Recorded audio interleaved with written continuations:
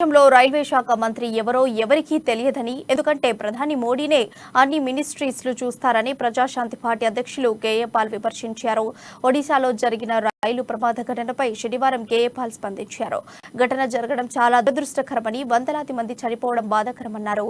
ఘటనకు ప్రధాని మోడీ బాధ్యత వహించి బాధ్యుడిగా మోడీ రాజీనామా చేయాలని డిమాండ్ చేశారు.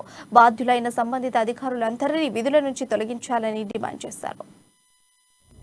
Mamata Banerjee even resigned and others. ప్రధానమంత్రి గారు దీనికి బాధ్యత వహించి అక్కడున్న ఆఫీసర్స్, ఆ లోకో డ్రైవ్ వీళ్ళందరినీ సస్పెండ్ చెయ్యాలి. ఇలాంటి దుర్ఘటన, ఒడిశాలో జరిగిన దుర్ఘటన, ఇప్పటికి 300 మంది ఈ రైల్వే యాక్సిడెంట్ కి చనిపోయారంటే కొన్ని వందల మంది ఇంకా చనిపోతారు. కనీసం 40 సంవత్సరాల్లో ప్రపంచంలో ఎక్కడా జరగలేదు. గుర్తుంది కదా, ఓల్డ్ టైమ్ లో శాస్త్రి గారు ఏంటి, రీసెంట్ గా కాంగ్రెస్ టైంలో మమతా బెనర్జీ చిన్న చిన్న యాక్సిడెంట్లకే రాజీనామా చేశారు. అసలు ఇప్పుడు రైల్వే మినిస్టర్ ఎవరంటే పేరేనే తెలియదు, ఎందుకంటే మోదీ గారే అన్ని మినిస్టర్లను.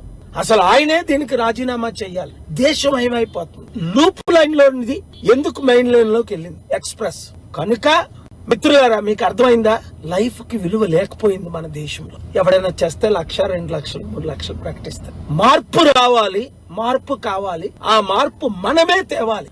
అందుకనే ప్రజాశాంతి పార్టీ తరపుని సాయంత్రం 5 గంటల Kothagudem Prajashanti party office opening వెళ్తుండగా ఈ ఘటన గురించి మరొకసారి తెలుగు రాష్ట్ర ముఖ్యమంత్రులు కూడా స్పందించాలి. ఎందుకంటే అనేక మంది తెలుగు మిత్రులు చనిపోయారు, గాయపడ్డారు. వారి కుటుంబాలకు దేవుడు శాంతి కలిగించి కాక.